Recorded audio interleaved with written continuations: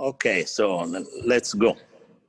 Good afternoon and welcome to our 10th Italian Table Talks. Is entitled Class Dismissed, Reimagining Culinary Institute and Food Studies. My name is Gianfranco Sorrentino. I am the managing partner of Il Gattopardo Group, and I am also the president of Gruppo Italiano, which is a no-profit organization that promotes the Italian culinary culture here in the United States. Something very personal, today is my first school day. We are back at Gattopardo after 5 months that we closed. Finally, I had all the manager coming in. We were about 12 of us at the meeting, all of us with the mask and the gloves. Different feeling, but we are Italian, we are New Yorker, we are American, we are tough. We're going to go on, and I'm sure in the next 6 months, a year, we're going to be back stronger than before. Anyway, I would like to welcome also all our friends that are following us from Italy. I would like to thank Elisa Lee, the founder of Fill-In, for helping us organize and run the technical aspect of this webinar. Also, let me mention that with the assistance of Accent PR of Daniela Puglielli, GI is now expanding it to other cities like Chicago, Philadelphia, Boston, Houston, Los Angeles, Washington, DC, and Miami. So let me welcome also all the viewers from those cities.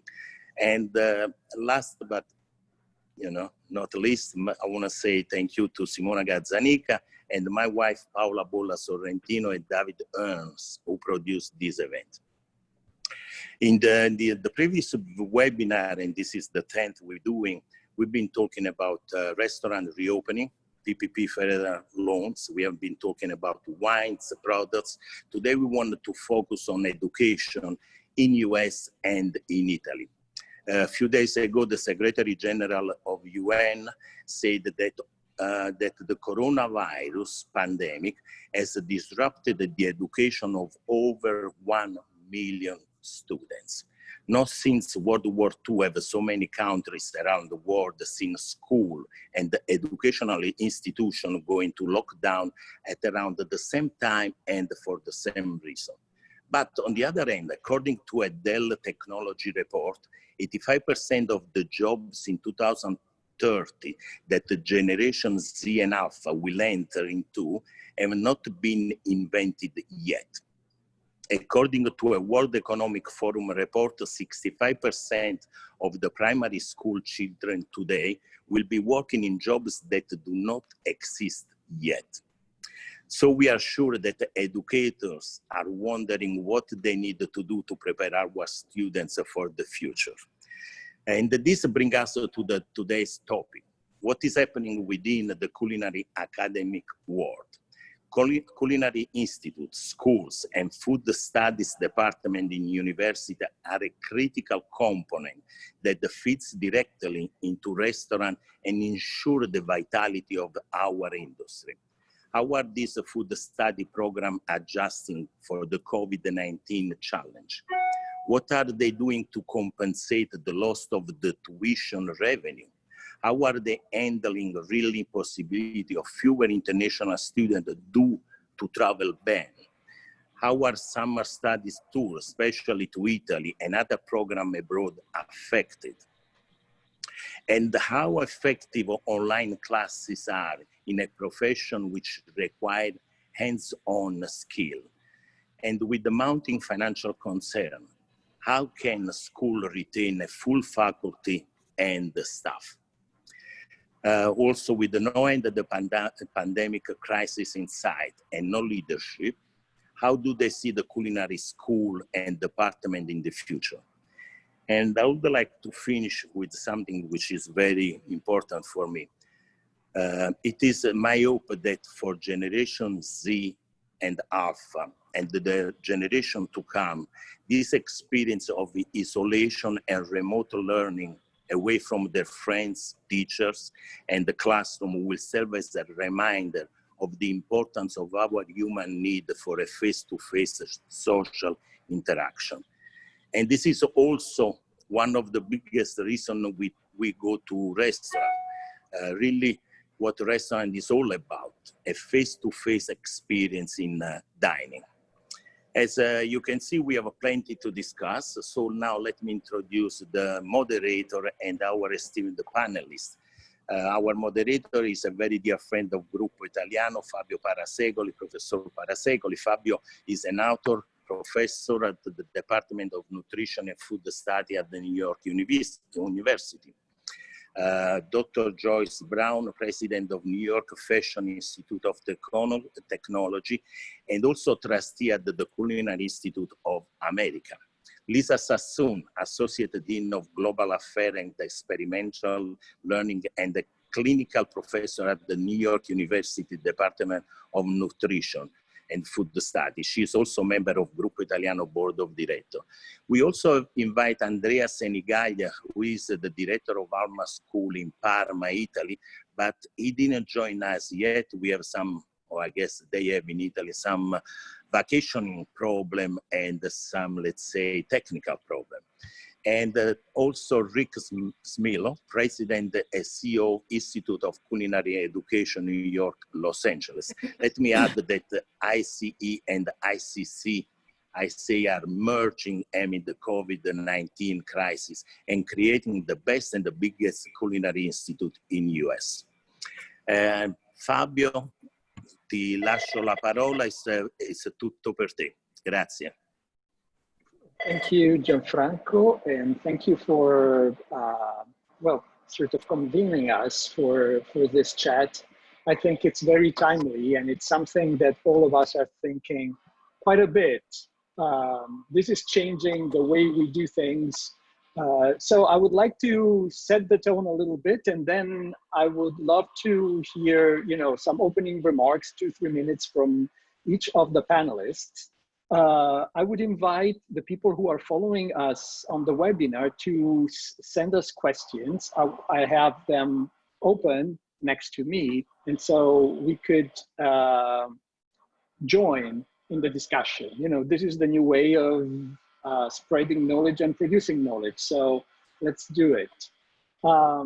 So we'll talk, as already Gianfranco mentioned, we'll be talking a lot about what's happening to the actual schools, to the programs.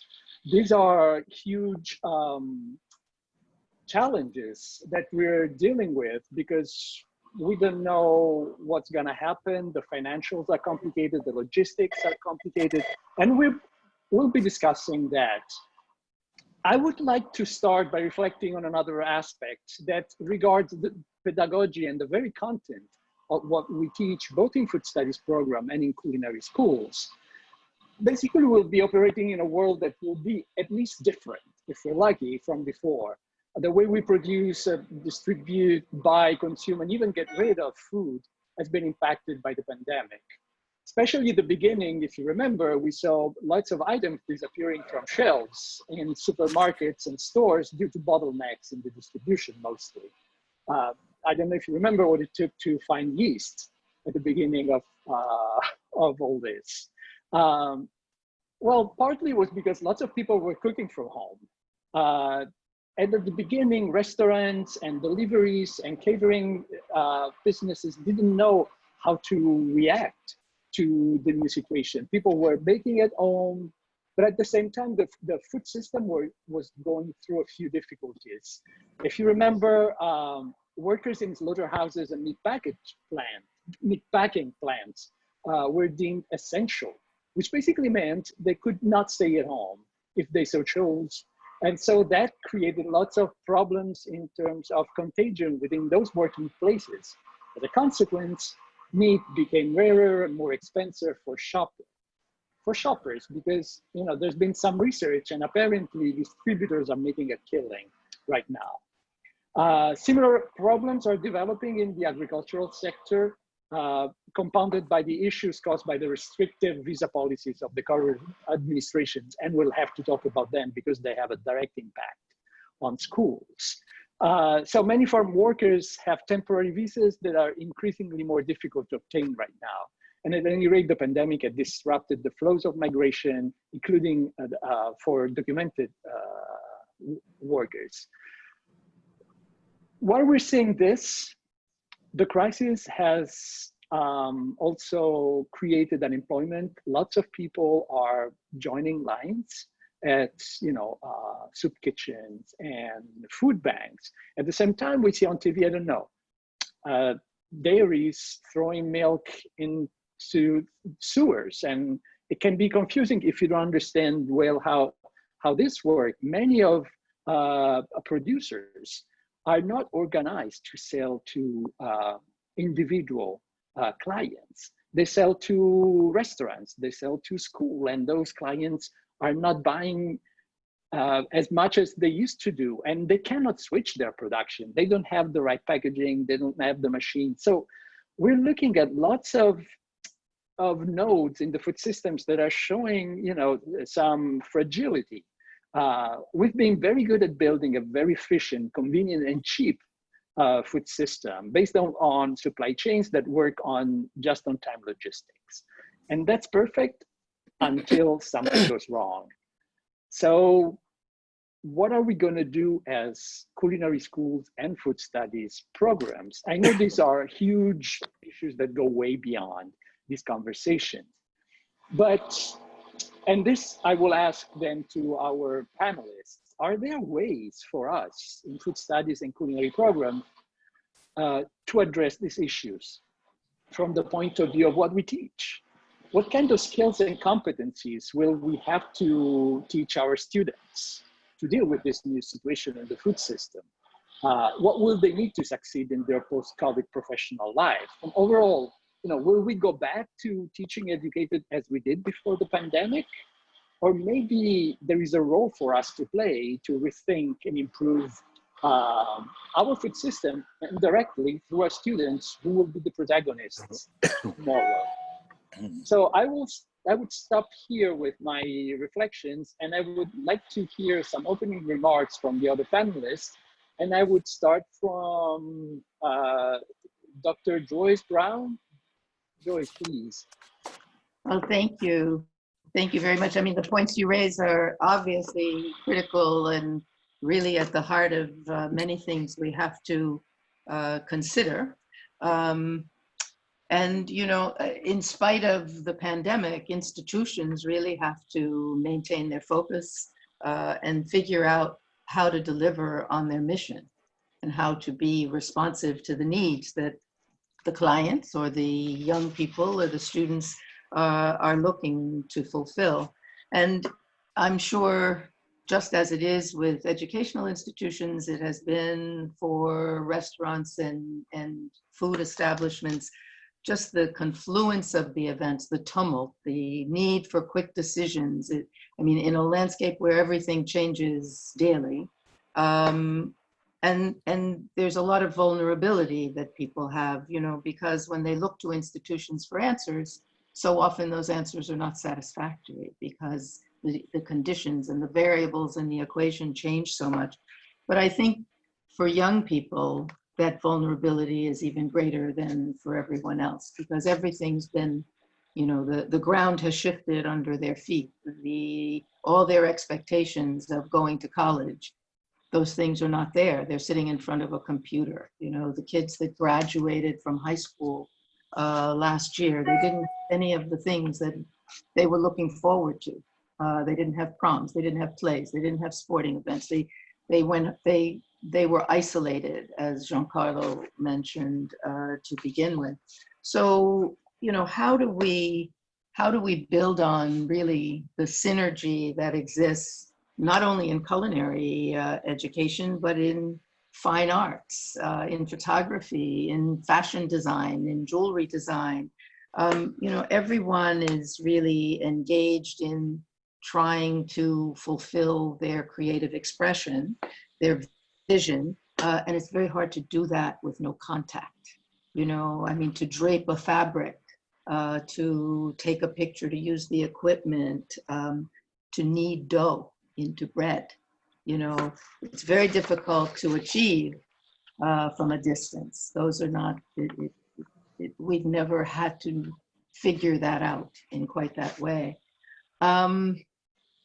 We at FIT, we had 2 weeks to figure out how to close down all our operations, how to evacuate all the students, repatriate the students that were studying abroad.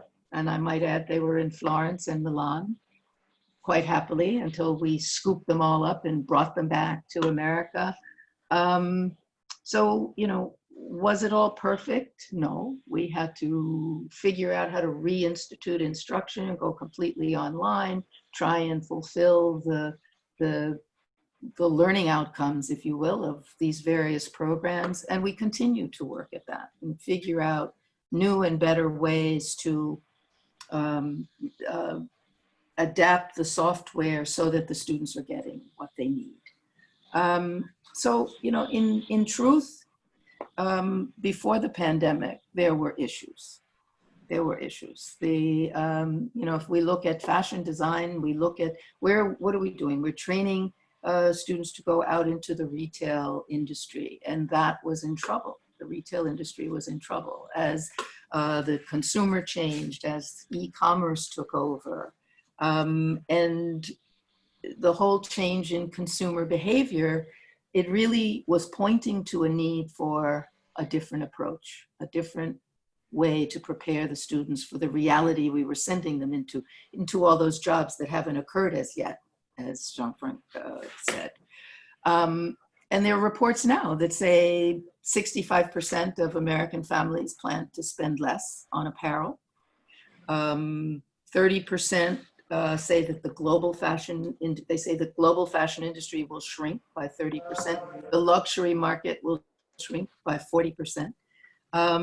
And all of us are affected. I mean, you know, when fashion shows are canceled or when catering events go virtual, you know, how do we adjust to those things? I think that the pandemic has really accelerated the recognition that we need new models and new modes of delivery and perhaps a different set of expectations, really.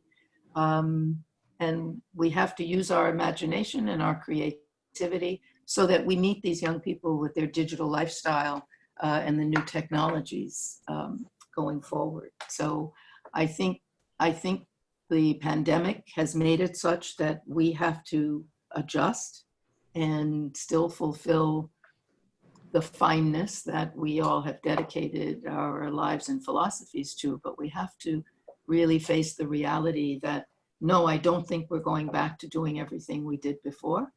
I think we're going to do it differently. I think our goals and vision remain in the same starting place, but how we deliver on it is going to change. So I'll stop there.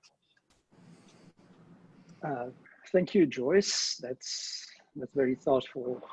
Lisa, you work in our global affairs sort of office at Steiner at NYU. What's your point of view on what's going on?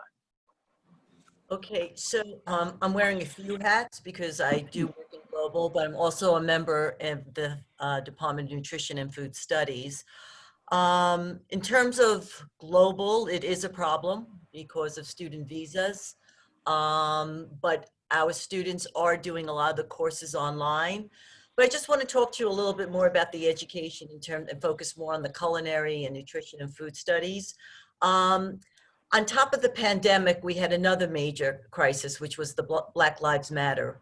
And I think that just complicated or made people more aware about some of these critical issues that we need to address and we need to discuss. And the two really do coexist. So Fabio, in terms of your original question, I think that the curriculum will be enhanced. I think we can no longer teach the way we taught. I think we have to talk about, even at the culinary school, in a food program and a nutrition program, we need to talk about food advocacy. We need to talk about food equality, food justice.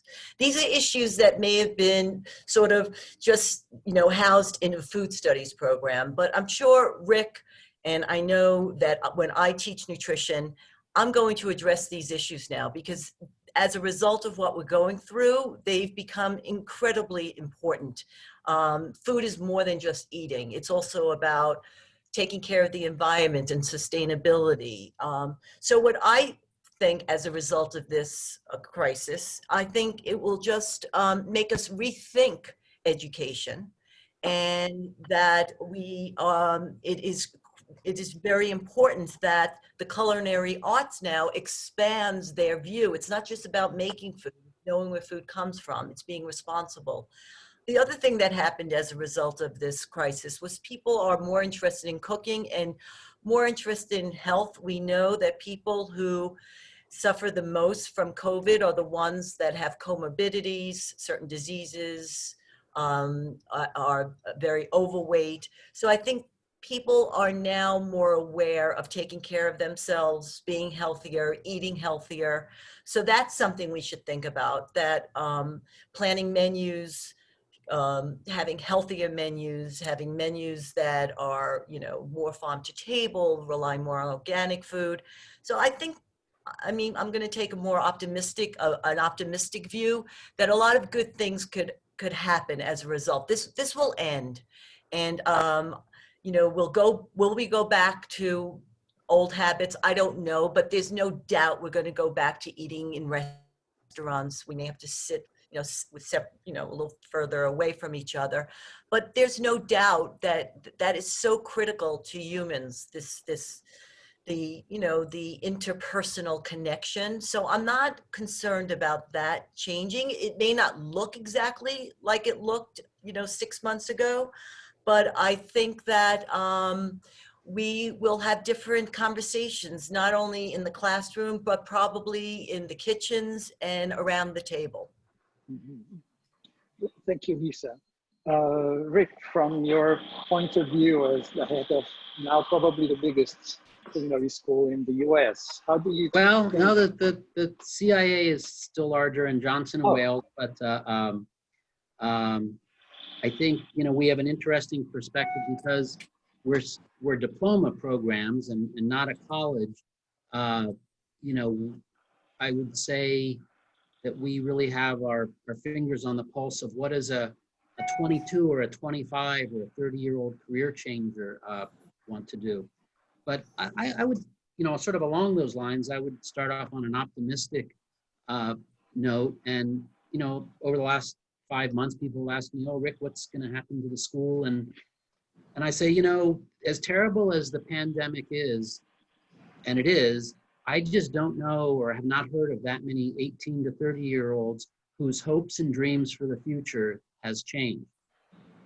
In some cases it has, maybe something terrible happened, maybe their economic circumstances changed, but you know, the people who wanted to be veterinarians and the people who wanted to be fashion designers and the people who wanted to be nutritionists and the people who wanted to be social workers and the people who wanted to be chefs, I believe still want to be and see this pandemic as something that we'll get through. I know with Institute of Culinary Education in particular, it's really all along our metrics have been very positive, and you know, things like leads and inquiries and well, you used to say the phone ringing. The phone doesn't ring, but you know, email leads and even then people enrolling for the future. You're actually this is a momentous day because it's also our back to school. We begin classes in New York tomorrow, and today was a training day, and you know, we'll know more in a few days, but it seems like most students want to come back and are going to come back. The place, you know, in terms of a cohort where there's the most issue is international students who, you know, either aren't allowed here or aren't allowed to leave. And, you know, over the coming couple months, we have, you know, many students who are ready to start. So New York opened, is opening tomorrow. But in California, in Pasadena, we opened July 2nd. And it's very interesting. I feel like calling Dr. Fauci or Dr. Birx and letting them know because in our own little, you know, call that a test market, our own little epidemiological study, it's gone very well. We've had about 34 days of classes, maybe 10 classes a day. That's 330, 350 classes with anywhere from 6 to 14 people wearing masks, of course. And, you know, we have we're doing all the things that higher education is supposed to do. But in all that time and with all that people contact, there's been one case of a student when she was not in school calling saying she had symptoms, no outbreaks, there's zero indication they're getting it at the school, and there's zero indication that they're bringing it to the school, which is, and knock on wood, but and these are, these are probably 18 to 30-year-olds. Some are very responsible, some are less responsible, but doing the right things in a school setting so far is working there. And while I know Los Angeles doesn't have the subway or the train system here, as most of us probably many of you have ventured a little bit on the subway or the trains, and they're seem safe to me because there's nobody on them. There's a lot of social distancing on the Lexington Avenue line. The last thing let's see, what else? This whole idea of, can you teach cooking online? We didn't try. We weren't set up for that when this began. We would like to be in the future, but we were able to pivot a little bit and teach restaurant management online. And I know for bigger schools and lots of schools all over the country and world, teaching a more classroom type activity, is by no means new or novel, but for us it was. And the interesting thing is it worked well. And so now, where it was, never in the top 10 initiatives of things to do, now we know that certain types of subjects that fall within our wheelhouse, we can teach online and long distance. Yeah. Thank you for your opening remarks, and I'm already reading lots of questions here on my board. There is one, maybe Rick, since we're talking. Abby Katz is asking, what kind of trends are you expecting to see among culinary arts students? And I would add to this, do you think there is room maybe to create, classes for people who don't want to necessarily get a diploma, but maybe they can take classes online for their own betterment? We've always had a huge recreational program, and exactly. And we started doing those now that we're this far into the pandemic. We started doing some for free, and it was popular, and it does seem like a product idea for the future. But as far as the career students and changes, I don't know, but the reality is that something has blocked my the poll. Anyway? Yeah. The students already had such diverse goals, from wanting to be a Michelin star chef, or become a private chef, or move to Maine and open a bed and breakfast, or combine their dietitian nutrition training with cooking skills. I generally think the same sort of thing will continue. The one difference thing, and whether it's a culinary student or not, it's what we experience with restaurants, is that restaurants have pivoted, and there's restaurants that never had to-go service, or never sold provisions, or never made jarred bottles and artichokes delicious to sell, are now doing that. And I know we have alumni and externs that are in places where, instead of them being sent home or saying we have no place for you, it's like, we're going to change our business a bit, and we'd like you to help. And I'd like to think, it's hard to have all the anecdotes, that for some young people that was exciting, that they were in a place that was going along at a certain pace, and then things changed. And when you're there right at the time it's changing and hopefully working, that's exciting. But longer term, I don't think as many restaurants are going to close as the worst predictions. But what really, we all know what's happening in our own neighborhoods and cities about places that have closed and places that have pivoted and places that are doing other things. And what worries me is the period, say, from October to the vaccine, let's call it February or March, when there isn't as much eating outside. And, there's a part of me that fears that some of the places that have, bravely and deftly, hung on till now and will into the early fall are going to have a hard time in the late winter. Hopefully that's not true, but that's a concern. Yeah. So in the meantime, the organizer launched a poll asking, do you feel comfortable attending class in person? And interestingly, there's basically 33% situation of people that would like to be in class, the people that would prefer to be only online, and people who would like to do a mix. So we can see that the situation is still evolving. People have very complicated feelings about, being in class or taking classes. Joyce, I have a question for you. Probably this would be good to hear what you think about this from Maki Livesay. And she asked, it seems as though many institutions focused on the return to in-person classroom rather than on the possibility of continued online learning. What investments have been made over the summer? What are still needed? And what should be considered for the future, both near term and into the years ahead? And I would add, what does this mean, especially for an institution like you, which is a public institution, a state institution? Among the things that we've done in preparation is really make tremendous investment in new technology. We had hoped to have a hybrid combination of instruction where we could divide the classes and half the students would come on certain days and the rest of the class would be remote, and then we would switch.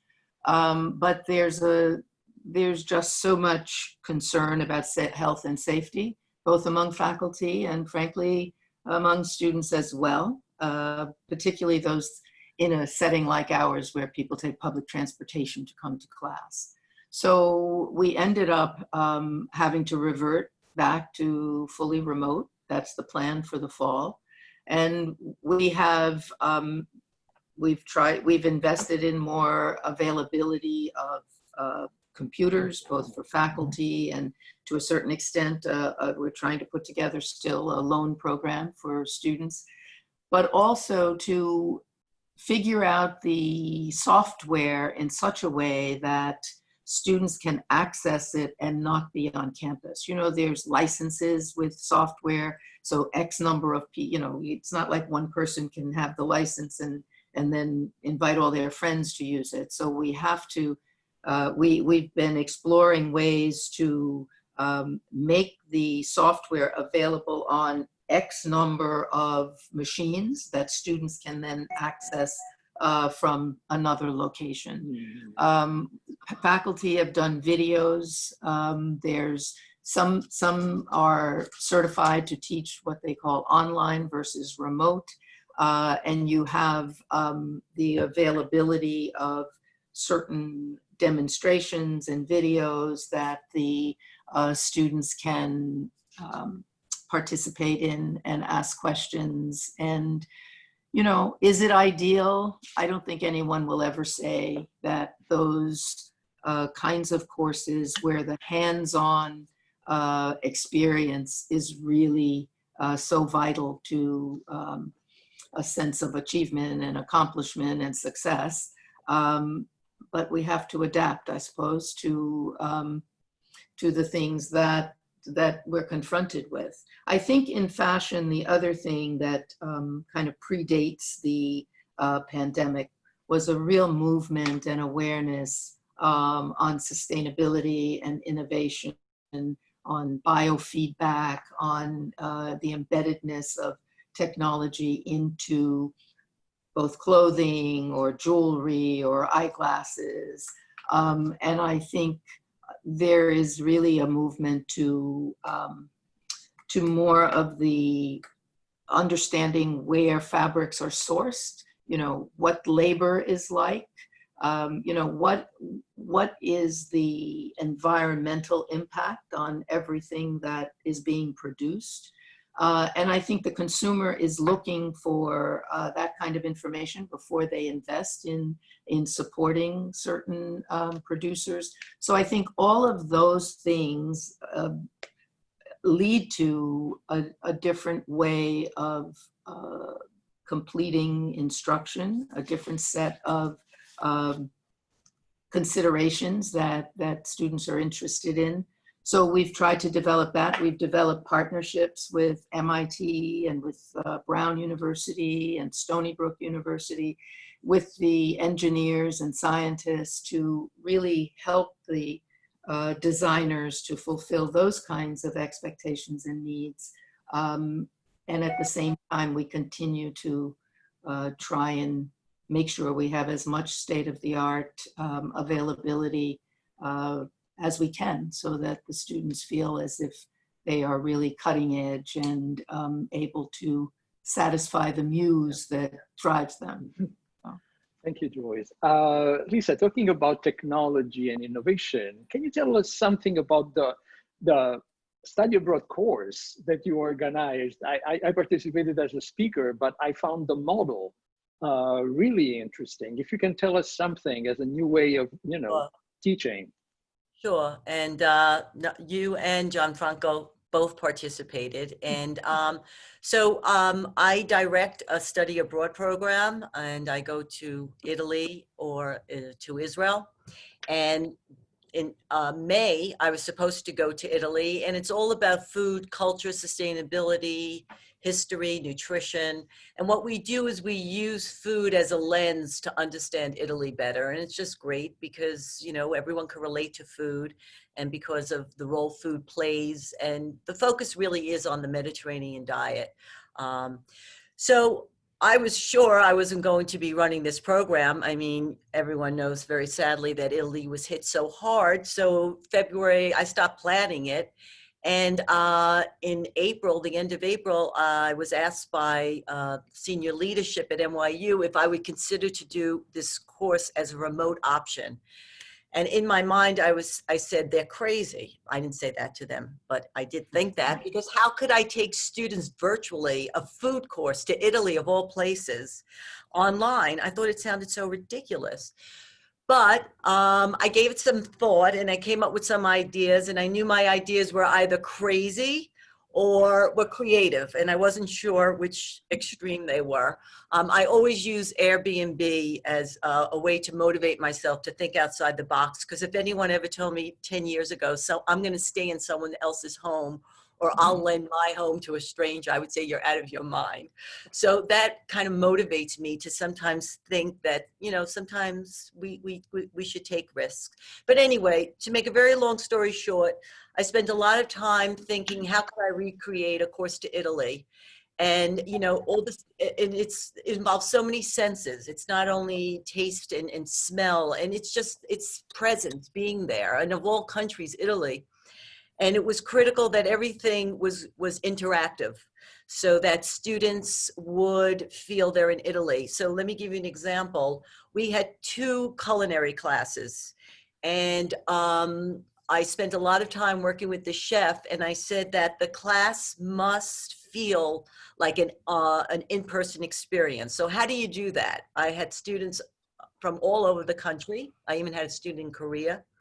And the chef asked students, answered students' questions. So as students were cooking, he asked if they had any questions. And that really was great, because it made it seem as though it was in person. And lastly, I asked him to look at the students' dishes as they were preparing. So he would ask everybody to show them his dishes and give them feedback. You know, you cut your pieces too small, too large. Anyway, it was one of the highlights of our course. So we did a lot of visits to farms. We went to a sheep farm to see pecorino production. We went to a gelateria to watch ice cream being made. We went to a winery, and they were all real time, except the pecorino wasn't, because the sheep get milked early in the morning. So we actually watched it. You just felt like you were there. It was just beautiful. And what I did is I asked the person who was my assistant in this course to introduce the owners. That part was alive and in person. So students, after they watched the production, met the owners of the farm and asked them questions. And we did many things. We had a public health epidemiologist, but everything was Italian time. And I just want to tell you, I never taught online. And it really was, if someone's going to get thrown into this, doing Zoom in Italy online was putting me, you know, out there. And it was incredibly successful. Students told me that it was the peak of their summer, the course they took at NYU. I know it sounds incredible. They even had an Italian language class. So the point is that with a lot of creativity and with technology, I think there's great potential. You know, I hope I never have to do this again, but I think that, you know, we were able to do even olive oil tasting, where students learn how to taste olive oil. They learn all the characteristics. So I'm optimistic that if somebody wants or has to do online culinary classes or any global online, if they're creative and if they use, you know, technology, that they can be very, very successful. Thank you, Lisa. Keep on scrolling on the question, and there is a couple maybe that I can answer. There is Jerry Hirsch, who's a sociologist and works in food urbanism and the relationship in humans to the built environment.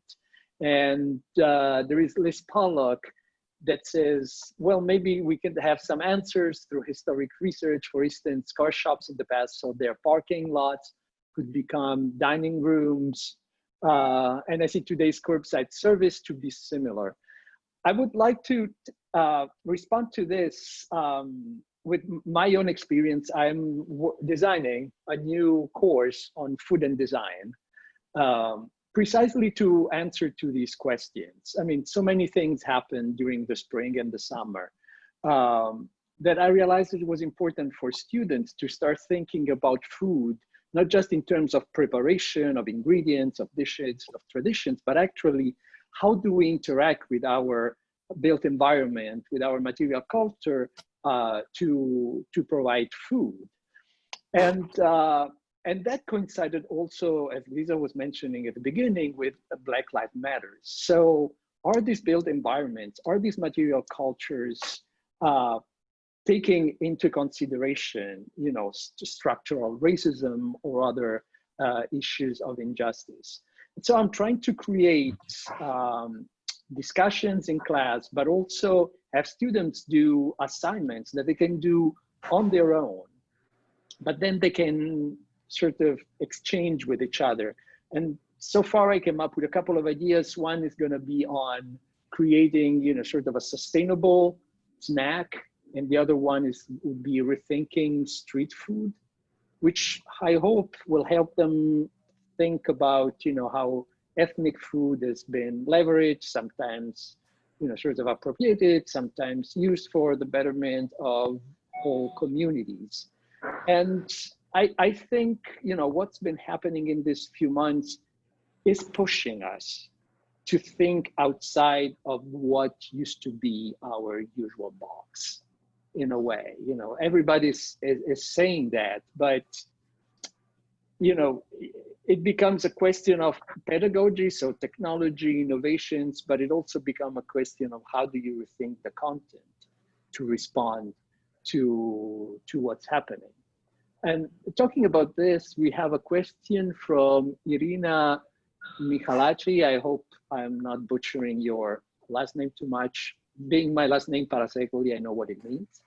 I think this could be for Rick, because it's about restaurant management programs. And Irina asks, are those programs responding to the pressing issues of inequity, inequality in the food industry? I direct a museum studies program. In the museum field, the consensus is that we do not wish to get back to the old normal, especially related to the diversity of staff. What are some changes to ensure equity in the restaurant world that can be introduced through teaching? Rick, if you have an answer, or anybody, even Gianfranco, I mean, you have a restaurant, so what does it mean to work on diversity of staff and issues of inequality in our business? The first thing that comes to mind is something we were already doing, and that's to, you know, in the context of HR or staff and supervision, is to recognize diversity and to make people who are would-be rising managers aware of you know, biases or unconscious racism, and fostering a culture where diversity is respected. But you know, those are ideas and virtues which are good for all organizations and all of society. As far as I think some of, you know, when we were doing online classes, and we still are for restaurant management, what I'm hearing is not so much, you know, in real time about Black Lives Matters issues, but real time about what restaurants and food businesses were doing to respond to the pandemic. And you know, the sort of neat thing that was happening is while the students at one point were all here in New York or Los Angeles, you know, they dispersed to wherever they are in the country. So you might have a class meeting and there's somebody in Daytona Beach and someone in Minneapolis and someone in Oklahoma City and someone in Garden City, Long Island. And they would all bring up examples of things that they saw in their own neighborhoods or markets that they thought were good or bad or interesting or creative. What was neat is it made whereas we always used to think of our city is sort of the lab that people could bring in examples to, because the students were dispersed, it's, you know, many different parts of the country were the lab. I don't know if that answered the question, but it's something that I know was happening and still is happening in these online classes that wasn't happening when we were all land-based before. Yeah.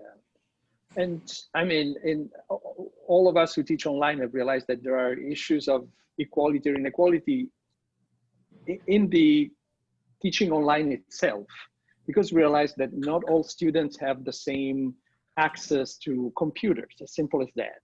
Not everybody has access to fast internet. You talk to them and some of them don't want to be on screen because maybe they are working from some place they're not too proud of. Right.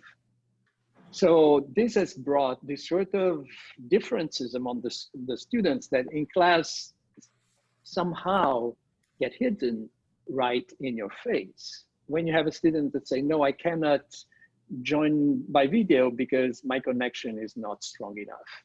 I can only do voice. So as I was teaching, you know, in the past few months, we were asked all the time to be creative and figure out ways to, you know, to level the field for everybody. So it's not just a question of, you know, management and what you teach students, but also what happens right in the class. I see Andrea has arrived. Ciao, Andrea. Good evening, everybody. I'm so sorry I'm late. I had huge problem of connection. Sorry, I'm following you by audio. Andrea, we thought you were with Italian time in the meaning of August is vacationing. Yeah, I also have, but I'm not in Italy, so we try the connection in Italy now. So, okay, I'm here. If I can give my contribute to this dialogue. I'm totally open. I'm very proud to be with you and talk about this problem and this new about solution more than problem. Okay. Yeah, your institution is quite interesting. I've given a few talks there in the past, and you really literally have students coming from all over the world. It's a big part of who you are as an institution. How do you think the pandemic has impacted that? Are you changing the model? What's happening in your school? What happened in Italy in the last month was we were forced to close all the program for 3 months, and then we arranged a very strict protocol, sanitary protocol, and we did a lot of investment in sanitary equipment and all that we need to reopen the school. In Italy, there was a legislation about university, primary school, but not a focus on academy like us. So we had an important dialogue and support, I have to say, with local government. Each local government in Italy were in charge to say if one school can open or not. Also because the pandemic in Italy has different evolution. In Northern Italy, where we are, was very, very tough. And so we were able to open with a huge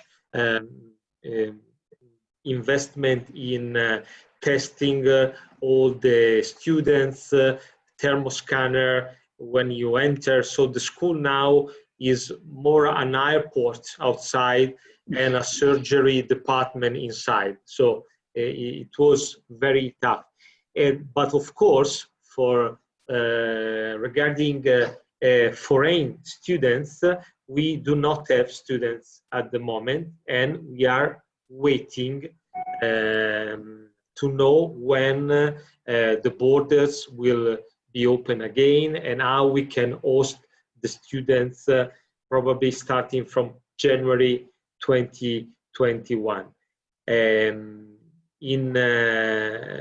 Regarding all the arrangement and all the organization, we were forced to bring innovation using also distance learning, but for the heart of the education, that is the laboratory education, of course, we cannot use distance learning, how everybody knows, and we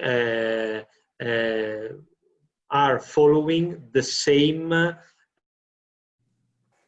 suggestion, the same rules that are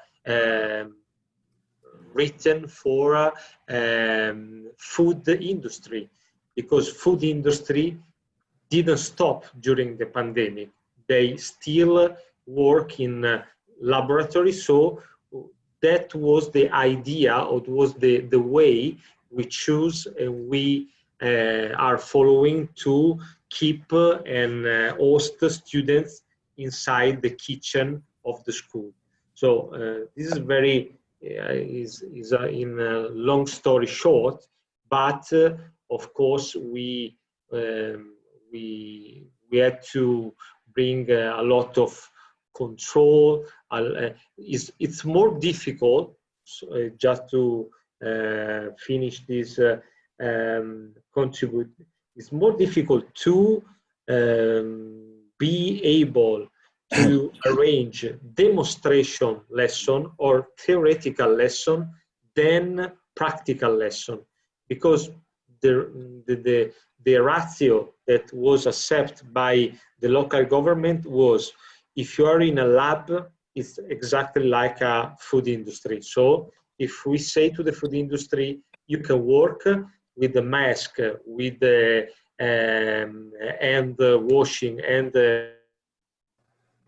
sanitation, you do.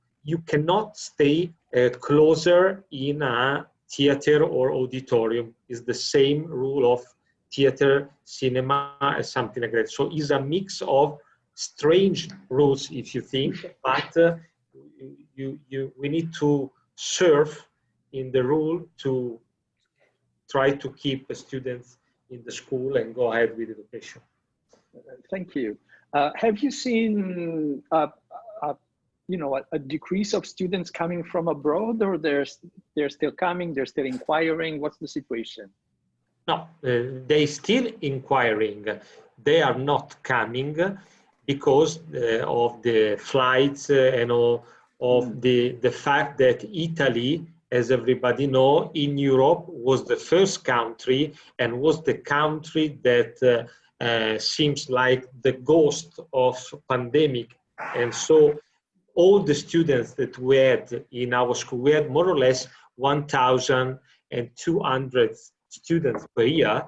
250 are foreign students. Everybody went back to their home, and because all the families were totally worried about the fact that Italy, if I'm speaking about February or March, was the only and the most affected country. Then all Europe and all the world. But we had a huge shock about this. But students, absolutely, they want to come back and study in Italy, and but we do not know when it will be possible. We're still in contact with Farnesina, so the Ministry of Foreign Affairs, to know when we can bring back the students. But so far, nobody knows, and we are thinking that till January 2021, it will be not possible to think about foreign student again. Mm-hmm. Thank you. So some issues are the same, some issues are different. I'm looking at the question board. We have not a question, but an interesting observation by Liz Williams from the Southern Food and Beverage Museum in New Orleans. She says the changes in the types of exhibits that are pursuing and exploring, that they are pursuing and exploring have exploded right now. Both online and also the inclusivity and the storytelling have changed.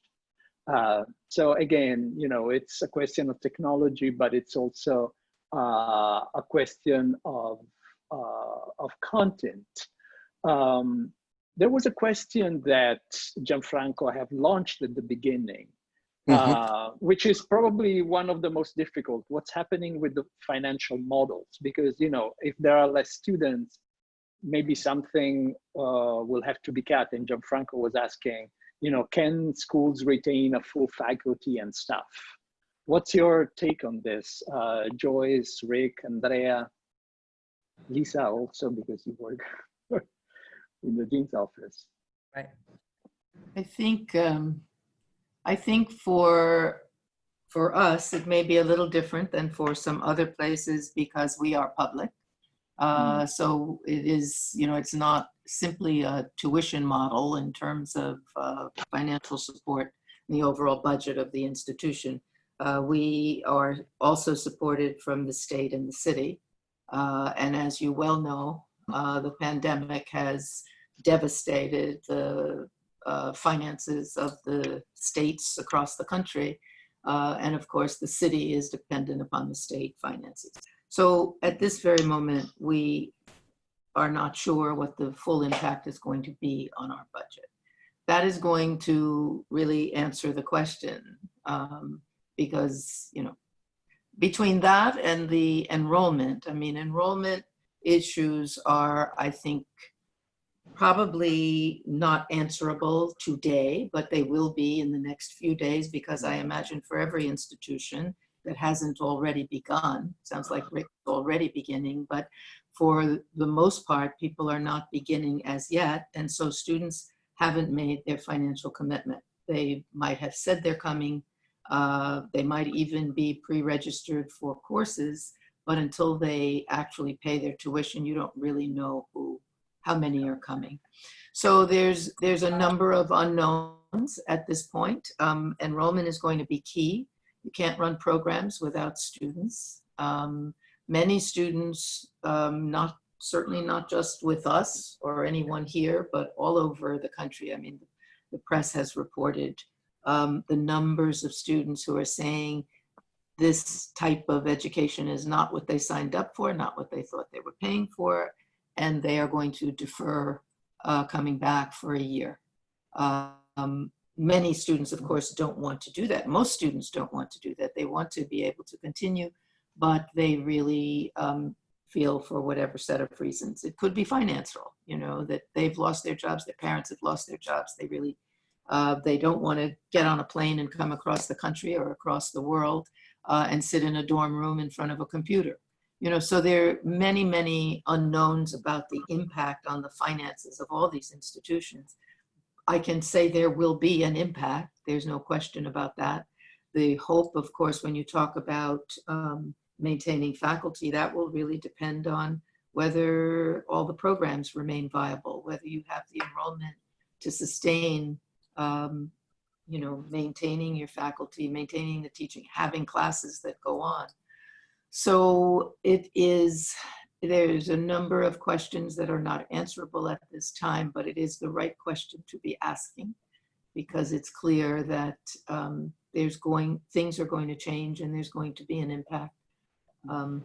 And I think we'll know in the next few weeks exactly what that might mean. You know, for ICE, it's very simple. If we can be open and have classes, we have tuition and revenue coming in, and when we're closed, we don't.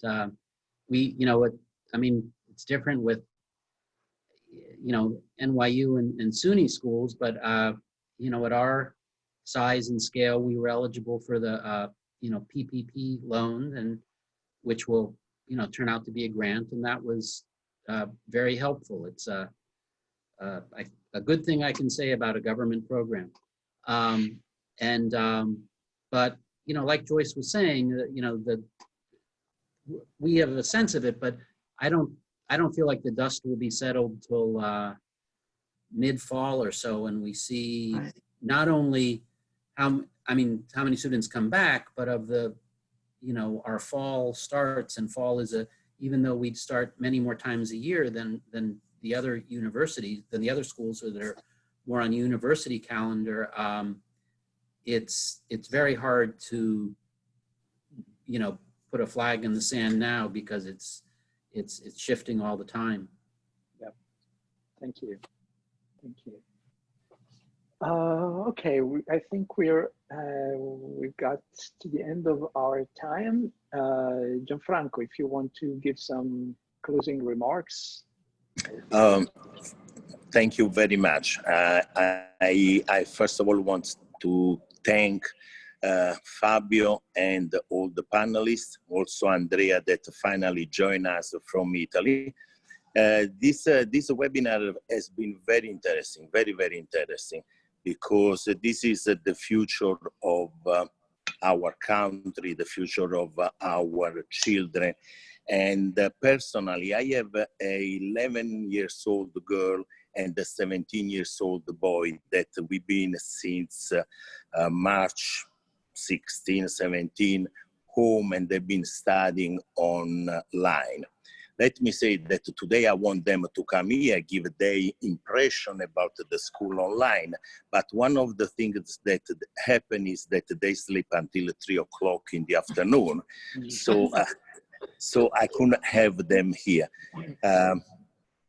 It's very critical. This is the reality. It's a very critical moment, but you know, there is a hope in everybody what they talk, that we're going to come back, you know, and New York is going to come back stronger than before, and the things are changing.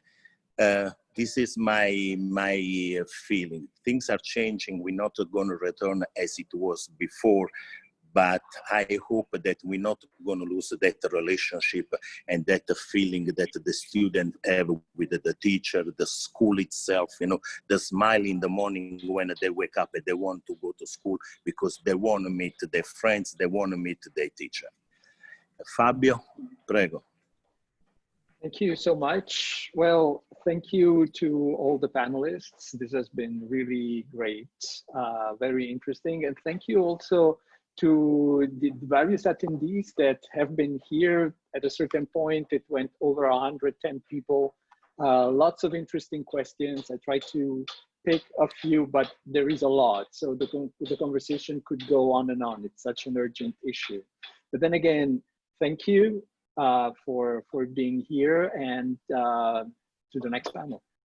Thank you very much, everybody. For having us. Thank you. Bye-bye. Grazie. Ciao. Ciao. Ciao. Ciao. Grazie. Bye.